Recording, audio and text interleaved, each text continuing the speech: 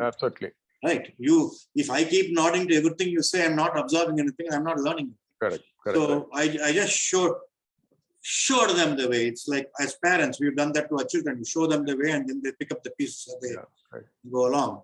Yeah. So that incidentally, I am married. We have a son who's now who's recently married.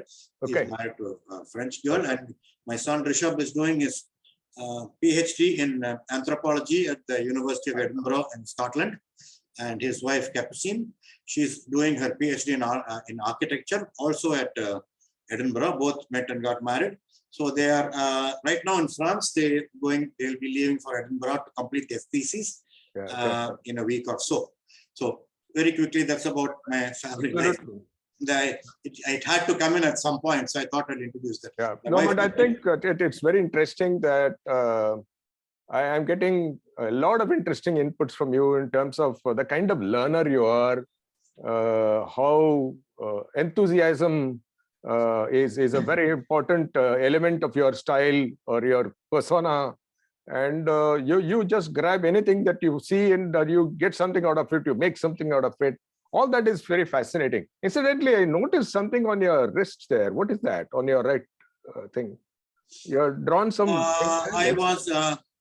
Is that a tattoo? Show you this when the topic came up. The topic will come up eventually. But this is a crocodile tattoo. Yeah, it's my own design. Tattoo. Yeah, crocodile tattoo. I can make it out. Yeah. It's a crocodile design. It's a mobile tattoo. It can open and close its jaws. Oh my God. This is because I developed a keen interest in reptiles when I was on the board of trustees, Chennai Snake Park. So after I left the snake park, I told myself I needed something which reminded me of those parks. I was on the board, their board of trustees for 22 years. So I wanted to do a snake tattoo initially, then the snake is too blah. I mean, I know. So I let me do a croc tattoo, and I got this done at a tattoo parlor here. My own design. It's a dynamic or a mobile tattoo which actually moves. Very interesting. Incidentally, has anybody told you that you have a very funny sense of humor? I thought I will allow it to surface on its own. I don't like to gloat about these things, but I do have a great sense of humor. Yeah, I mean, it's delightful to listen to what you're saying, especially when you narrate your stories in the past and the connections and so on. It's pretty exciting. So that takes me to, you talked about visual artist. I'm just curious about this. In addition to being a photographer, you said you're a visual artist. What exactly does that mean? The definition of my own definition of visual artist has direct connotations to my other interest, which is photography. So in photography, there are two ways of taking a picture. You can take a picture or you can make a picture. Oh, take a picture or make a picture. Okay. Take a photo or make a photo. Predominantly, everybody takes photos. We take selfies and this and that. People see something interesting. Largely, when you talk of camera or photography, it's only people pictures. We're always taking pictures of each other. Unless when you travel, you see some nice landscape. Even then, it doesn't automatically dawn in on people. Let's stop the car and take a picture of the landscape. We just look at it, keep driving. Usually, when we travel with the family, we take pictures against the pyramids of Egypt or the Eiffel Tower or the Taj Mahal. It's pictures of us. Yeah. So that's all taking pictures. So when I brand myself as a visual artist, I'll give you a scenario. Like I walk on the beach every morning I walk my dog. We have a chocolate Labrador by the name Choco. I walk her on the beach every day, and let's say I see something very interesting. But naturally, walking a dog and carrying a camera are two different ends of the spectrum. It's impossible to mix up both. So after I finish my walk, the next day, or time permitting, the subject is fairly static. I go back with my camera gear, my tripod, and shoot the same picture. So here I am making a picture. I never shot impromptu or spontaneous. I never shot from the hip. I saw something interesting. I made a mental note of it. So it is like the sky and the sun and the waves and the beach is a permanent backdrop. Okay. That's a permanent backdrop. But what is moving and dynamic in front could change. So I go back with my camera and I shoot the picture. It could be the same day or the very next day. This is an example how what I call is making a picture. I don't take a picture because here I am. I saw something. I pre-visualized what it would look like in a picture. I prepared myself for that, and I carried my gear. This time I went armed, and I set up everything and took this picture. It is called making a picture. This is why I call myself a visual artist. I like to create pictures in my photography. Right. There's of course in photography you have to shoot from the hip sometimes, but by and large I like to create pictures, and this inspiration is something comes from the great late Ansel Adams, the American landscape photographer. Okay. He was an advocate of making pictures and not taking pictures. He'll see a scenery, he'll come back the next day or the next week and shoot it. So he's already pre-visualized the image in his mind. So that is why he has composed the picture in his mind. He's thought of the lighting. He will figure out, etc. So it's a very well-planned kind of thing. It's not a act of accident. No, like I said, if I shot from the hip, it is an accident. If I just pick up my camera and shoot, which I do often, but more than anything else, if there's something which is interesting, I come back and shoot it.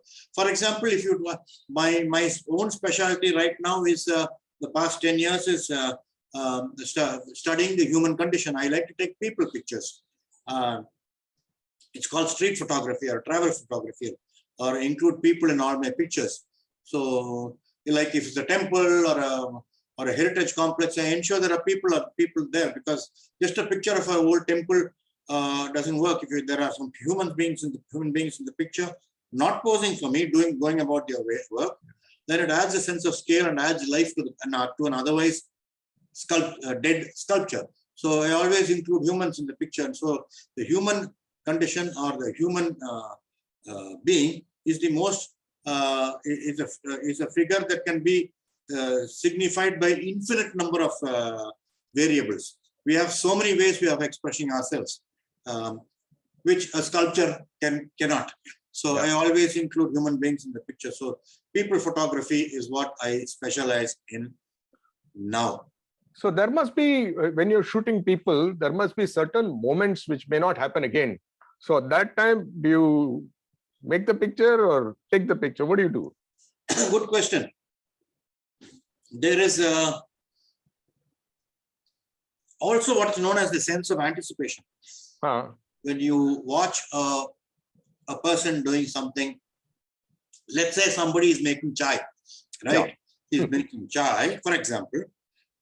So you want to catch the moment when the upper glass is really up high, right? So this is either taking a picture or making a picture, but I'm doing the picture, I'm planning it so that it makes it far more interesting when the other teacup is way up high than near the second cup. So once it's high, it signifies the way the tea is being cooled. So you wait for the moment. Yeah, it's that moment, and it's a sense of anticipation, and a lot of planning is required, which I probably learned from taking pictures of birds or animals, because birds and animals are largely predictable. Right.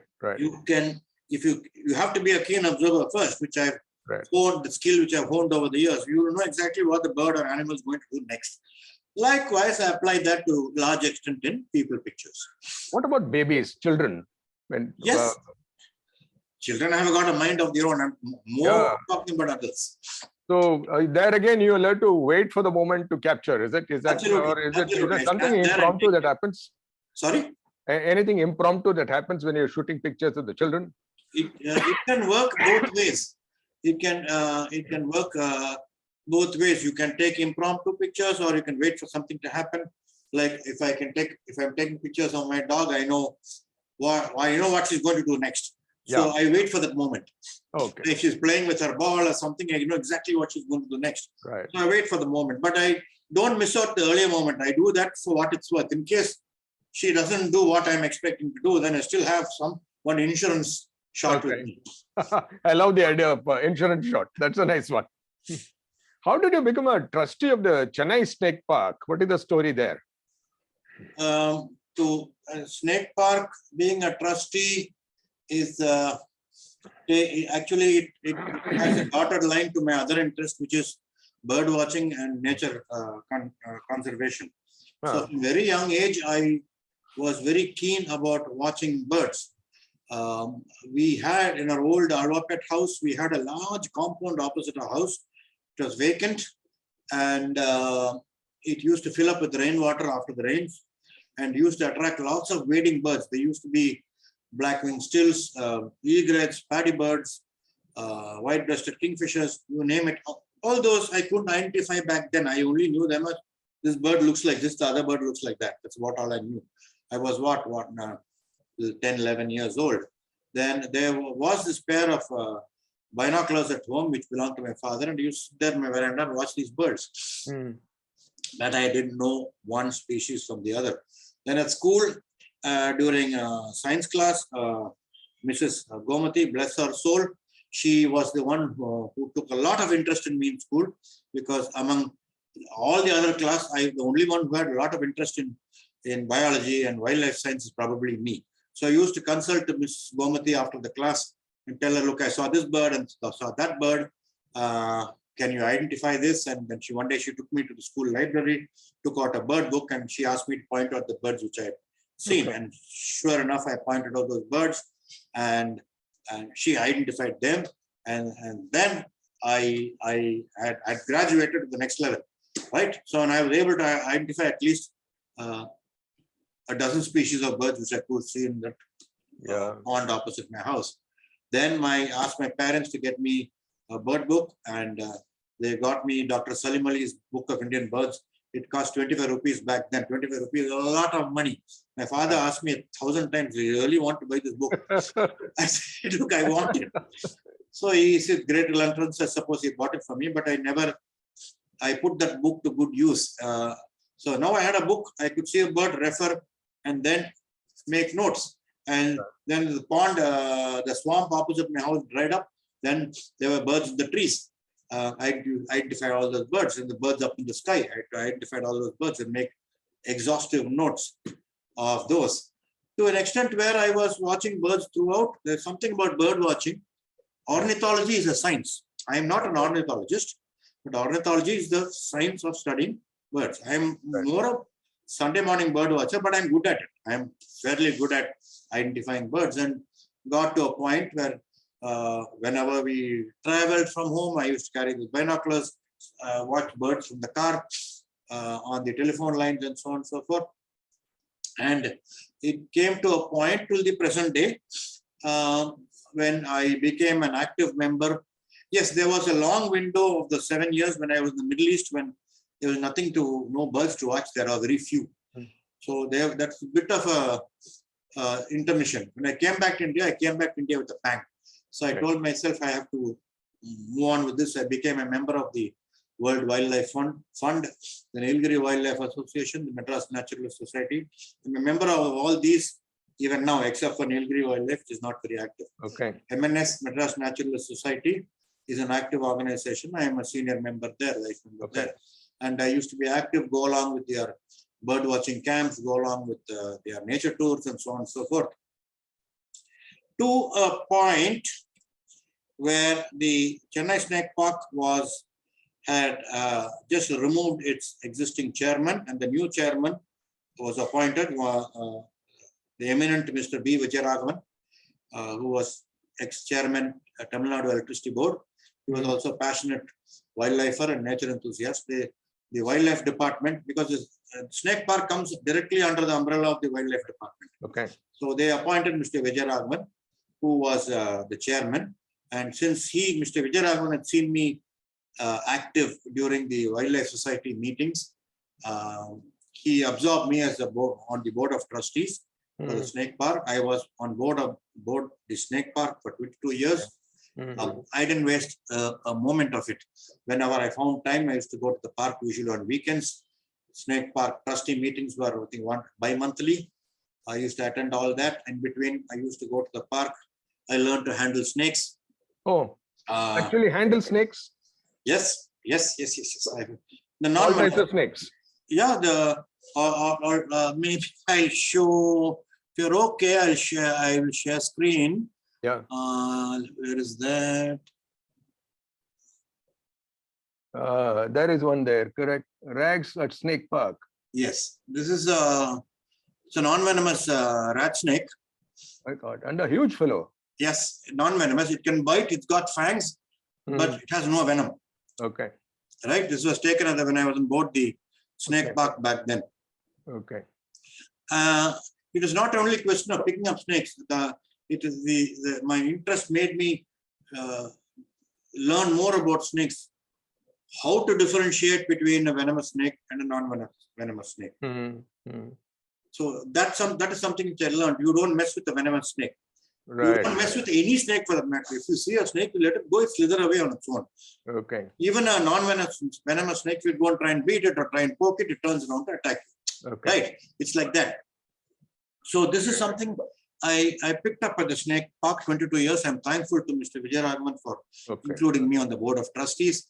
And it was a very, very rewarding 22 years on board the trust.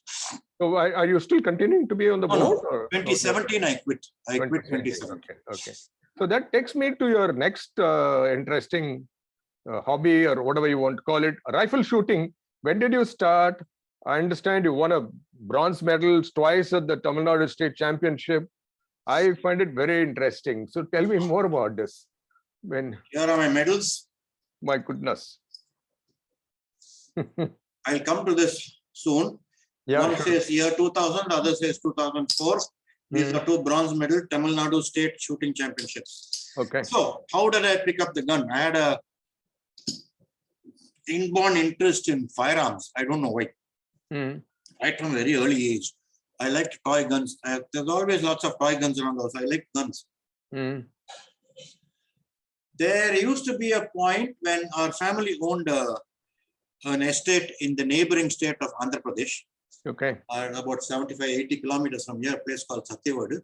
And we owned an expanse of mango orchard, 55 or 60 acres, large piece of property. We owned that, which we sold eventually. And that estate was called Green Totem. Green Totem. My father bought it from a European, a man called Russell Green, who had no interest in mangoes or agriculture. But he bought the estate because wild pigs and deer used to come into the estate, and he used to shoot them. This man was an avowed hunter. His name was Russell Green. We bought that estate from him, and that estate for several years was called the Green Totem, Green Estate. So abutting the estate was the reserve forest.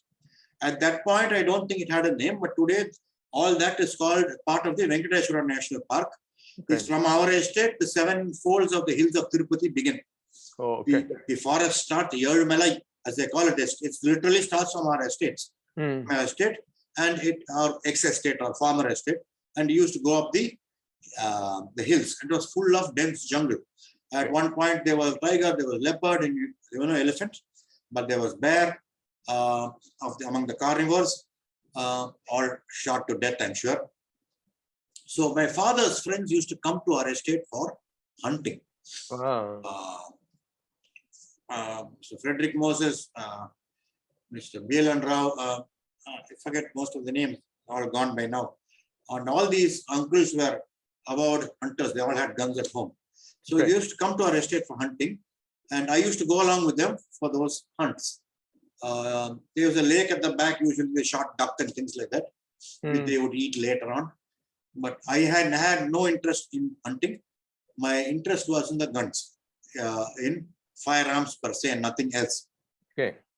So target practice kind of stuff. There was no targets then. So those gentlemen used to set up targets for me on a tree trunk or something of sort, and allowed me to shoot. I was 10 years old or so, plus minus 1 year, and at that age I've shot double-barreled 12-gauge shotguns. I've shot 30-06 bolt-action rifles. I've shot 275 Magnum rifles. all one shot, bang, I'll go fall somewhere there because the recoil was so heavy. They had to hold me from the back kind of thing. Right. But I'll put it like this: the very sound of gunfire and the gun smoke from the burnt carbide. Carbide was the nitroglycerin which they use in cartridges. Once it explodes, and that smoke was so aromatic. It's something which only I would know. To me, it smelled like perfume. Right? This is amazing. This is the first time I heard somebody say gun smoke was aromatic. Because I'm an enthusiast. Yeah. And I'm an enthusiast. Yeah. So that is when I picked up this interest in active interest in firearms. Earlier, they were all in books. I used to dream about guns and all that. Okay. Then years later, I went to the Middle East where there were plenty of gun shops. I went and bought myself 2 air rifles, one Webley and Scott Osprey and one BSA Porter, both which I bought in India. I gave them away several years later. And at some point must have been 1985 or 1986 when I had come back to the Middle East when I was told by a common friend that there is an active rifle club in the city, a gun club and with its own range in the city, Madras Rifle Club. So I wasted no time in applying for membership there. Okay. It was a long process because it's a gun club. We have to go through a lot of procedures, verifications to get admitted into as a member. I remember one of the processes in applying for the rifle club was a police verification certificate, which a local police station has to issue. So when I apply for a membership, they forward to the local police station of the jurisdiction where I live, and they come for an interview. In the meanwhile, my beloved father had gone, and my mother was there at home. I was away at work. I was running an air conditioning company. Then when I come home, I think it was for lunch, she's sitting there petrified on the sofa. She says, somebody from the police station came. They want you to come to the police station. See, I never, I forgot to inform her that this process is. I can imagine the scene. Your mother must have been so tense. And shivering, what has this fellow done kind of thing. So I go to the police station, the usual formality, and then I became a member in 1986. Okay. Then continued shooting target at the rifle club, shooting firearm. Then in the year 2000, I won the bronze medal in Tamil Nadu state shooting in a firearm discipline, 50 meters prone. Okay. And then the year 2004, I won the bronze medal in air rifle 10 meter standing, 2 different disciplines. I have to say here at this juncture that the medals, I'm very thankful for the medals, but the medals were not the goal. Competing was my intent. I wanted to compete. So if I won the bronze, it meant if I had shot a little better, I would have won the silver. Shot a little better, I would have won the gold. But I had to be happy with bronze. But it also meant some 50 other people were behind me were eliminated because I shot better than them. That was all. The medals are pure. They're pure memory, nothing but a memory. And I treasure these. This is like a family heirloom, which will be handed down to generation to generation. So that was my interest in firearms. And at some point, the club nominated me, sent a request letter to the Commissioner of Police asking them to grant me a firearm license. I got my own license. I have my license now, permit to own a firearm. And I continued taking my firearm to the club once in a while. When I'm still active with the club, except the distance is 16 kilometers away from here. So I go there maybe once in 2-3 months or so. But in the meanwhile, the guns are all in top shape, oiled, clean. Wow. I service the guns myself. They've never been to a gunsmith. I know what to do myself. I take them apart. I change the firing pins. I change the hammer. I change the breech seals. I change the piston seals. Everything I've changed myself from parts which I got abroad. So this is the saga of the Rifle Club, which is my interest in target shooting, not hunting. I have nothing to do with hunting. I have never hunted. I don't plan to hunt in my life. I'll even go to the extent of saying, I look down upon all those trophy hunters of those days who used to shoot a tiger and put it up on the wall. It was they were criminals. They were nothing but criminals, right? So just to put up a magnificent specimen like a tiger, shoot it and put it on the wall. These Britishers and our Maharajas were responsible for decimating India's predators. So I really looked down upon them. I cursed them.